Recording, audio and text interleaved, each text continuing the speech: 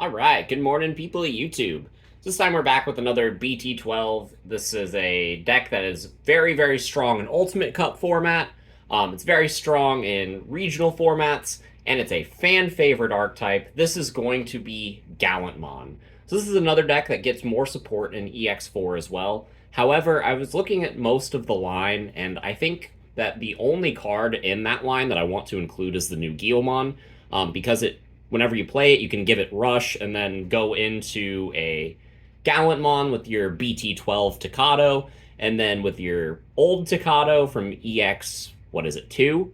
Then you're able to give that Gallantmon Blitz and Rush because it still lingers from the new Gallantmon effect. So that Gallantmon will be a good addition to this deck, but the rest of the cards in that line don't offer that much support to this specific playstyle. And I think that this is a deck that got a lot of really good support in Bt12, so that isn't really a detriment at all. So we're going to go into the card by card and show you what those new cards are. If you like this kind of content, make sure you guys like and subscribe, and without further ado, we'll start with the Digitama. So starting off, we got the 4 copies of Digimon. This is our old egg from EX2, letting us draw more cards with all of our pieces. This is a very combo-oriented deck and a piece-reliant deck, so you do want to see ideal lines, and this card helps you get those. So it's the only egg you really want to be playing. Going into the Gallantmons. For right now, we got 4 copies of the Starter Deck 7 Gallantmon and 4 copies of the EX2 Gallantmon. The EX2 Gallantmon is a mandatory 4 of. It is your main searcher, and its inheritable effect lets you pop small bodies. So that's really good because you don't want to use your Gallantmon's effect to pop small bodies. What you want to do is you want to clear the board so that Gallantmon has nothing to delete. So that way, whenever your Gallantmon does this thing, instead of deleting Digimon, it's trashing security. So this card is multifaceted, it's very strong, and the EX2 Gallantmon will continue to be a 4-of staple for the foreseeable future. This Starter Deck 7 Gallantmon is a little bit more flexible. I like playing 4 of it because with 4 copies of this card and with a bunch of copies of the Tocado from Bt12, you're usually able to go into a Gallantmon straight from a rookie, and that's fantastic. Also, being able to draw more cards, like I said, is pretty key in a deck like this that wants to see all of its key pieces. However, I think this is a card that you could bump down to 2 or even 3 copies. I think 2 is a little low, but like the new Gallantmon from EX4 is really good, so I will want to include at least 2 of that. So this is going to be a card that I'm going to be looking at cutting at least 1 of, but this is a very strong piece, and it's very important to the deck. So those are your most important Gallantmons. Next, we have the new Gallantmon from Bt12. This card on play lets us search the top of our deck for Tocados and add them to hand, which is pretty important. However, this EX2 Gallantmon already does that, so still playing extra cards to search the most important card in our deck is fantastic. However, one of the real reasons this card makes the cut into this list is because of the inheritable plus 2,000 boost on your turn. Getting Gallantmon big is pretty important, especially since without a boost, Gallantmon is just 12,000 on his own, so you need him to be a little bit bigger than that. And I really like this card, and it's one of the best ones to have on board. If you're going to use the Bt12 Tocado to do the warp effect, this is one of the best ones to go under the Gallantmon, so that way the Gallantmon is at least 14. So I do really like this card, and this combined with the new Growlmon makes the Gallantmon 16, so it can even swing over stuff like Quartz. This card's fantastic. The last rookie in the deck, we were playing 3 copies of Gallantmon X. Lets us pop small bodies. The DP deletion increase is not relevant ever, but the being able to evolve on top of a rookie, get extra draws, extra pops, this card is pretty nice. However, it is not named Gallantmon, so this card can never warp with the Tocado, so that's why I'm not maxing it out. But it's still a great card, and you still want to see it. So for the level 4s, this card is broken. We got 4 copies of the new Bt12 Growlmon. I guess broken is strong. I guess this broken comparatively to other cards in archetype for this deck, because statistically, this deck hasn't really had the best support until now. What this card does is when you evolve into it, you get to play Takato for free, and it's a plus 2000 DP boost as an inheritable. This card is very, very strong, and I think if you're playing any less than 4 of this, you're just objectively wrong because this does everything that the deck needs it to do, and then some. This is just a fantastic card, and it's your best level 4 that you have access to by far. Next, we have the old best level 4 that you have access to. I'm playing 3 copies of the Growlmon from the starter deck. The one that's only a 4 cost to hard play, and if you blow something up, you gain a memory. This card is absolutely fantastic. Very, very strong card. It's good when you're bricking because you can play it for cheap. It's good in your stack because you gain more memory back whenever you're blowing stuff up. And Gallantmon is a deck that really gains a lot of memory just for doing what it's supposed to do. And this card helps contribute to that. Oftentimes you can go this into the new War Growlmon and then be able to Digivolve into Gallantmon and then like do that all in a row so that it looks like you're going to pass your opponent like 6 or 7 memory, and then you gain like 5 of that back. You end your turn with a Gallantmon, trash a lot of their security, and only pass them with like 1 or 2. And this card really helps contribute to that. So it's a fantastic card. I just think we needed to make room for this new Growlmon, so I think 3 is fine. I also wanted to play 1 copy of the Growlmon X just for the additional cycle. It's a good card. It's just not entirely relevant anymore, so I'm only playing 1. But that extra cycle is good, and sometimes being able to just draw more pieces, have an extra Growlmon name is enough. I do really like this tech. We have the 1 copy of Tyrannomon from Bt12. This card's very strong. It not only is a DP boost in the inheritables, but also if you play it or evolve into it, then you get to play your 3-cost Takato for absolutely free, and that's your better Takato, in my opinion. So there's just a lot of value to be had with this card, and I really do consider cutting this Growlmon X antibody for a 2nd copy of this Tyrannomon because it has been overperforming in my playtesting. The last level 4 we're playing is the single copy of Burning Greymon.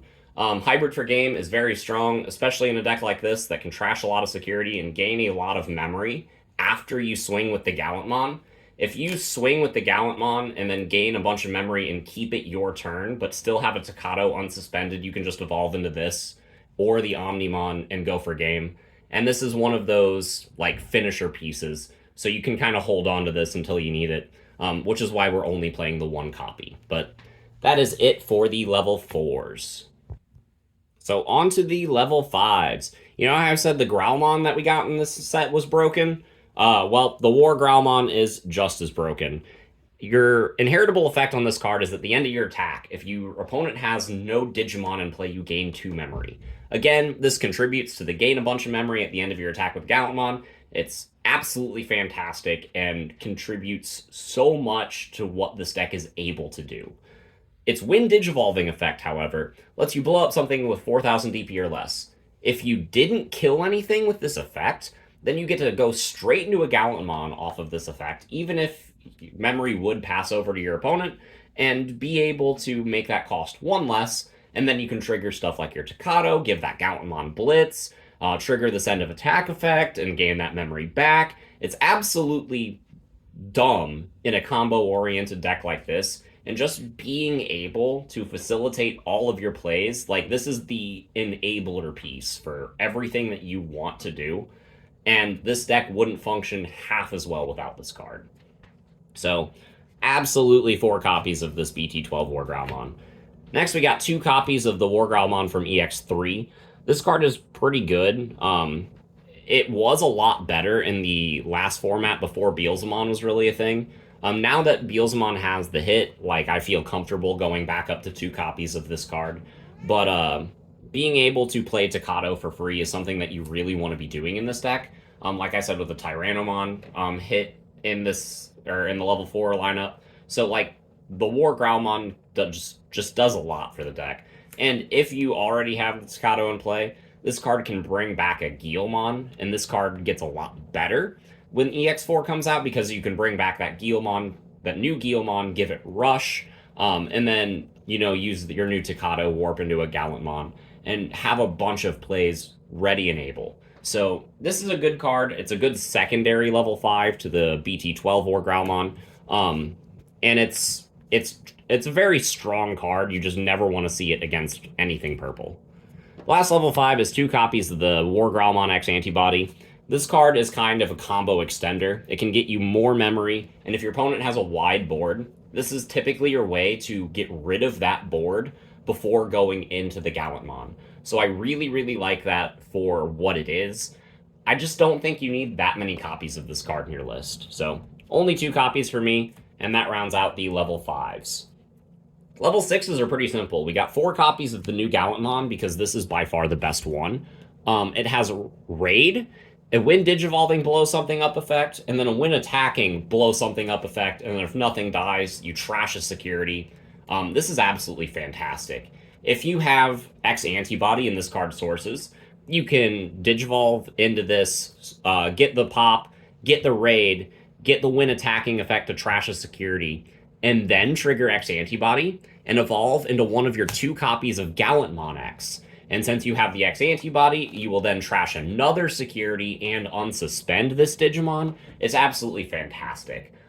Your when attacking effects in this deck stack very well with your when digivolving effects, and it's just if you're able to be creative when piloting this deck, you're able to pull some really, really nasty combos out of nowhere.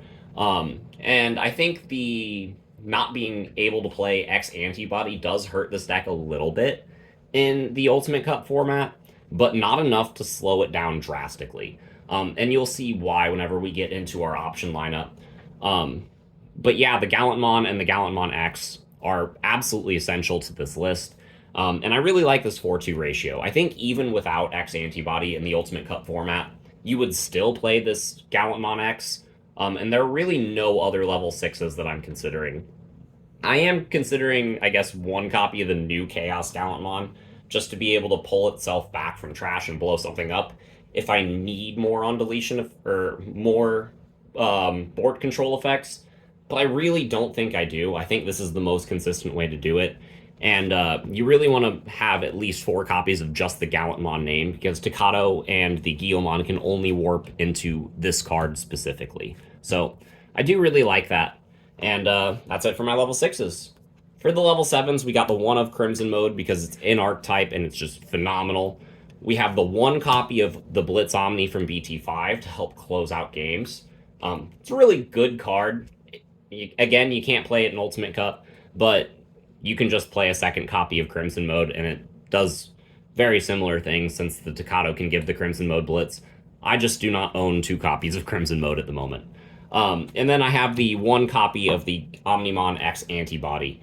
This card is absolutely phenomenal as well, but it is also a win more card, and I would consider cutting this card for just another memory boost, in all honesty. But it has pulled me out of a lot of situations before. You know, if your opponent's playing something like Chaosdramon or like just something big and scary that you need to answer, Omnimon X can help you at least deal with their security, deal with their board, and then go from there. So I do like this level 7 lineup. It is very solid. And all of them do different things, so having access to the toolbox is really nice. So for the Tamers, we got 4 copies of the old Takato. This card is phenomenal. Gives us Blitz, gives us memory. It's just everything you want in a Tamer. The only bad part about this card is it's a 3 cost, which means Black War Greymon gets to blow up 2 of them. We are playing 2 copies of the new Takato. This is a memory setter. You never want to pay full price for this card. You always want to play this off of your new Growlmon's effect.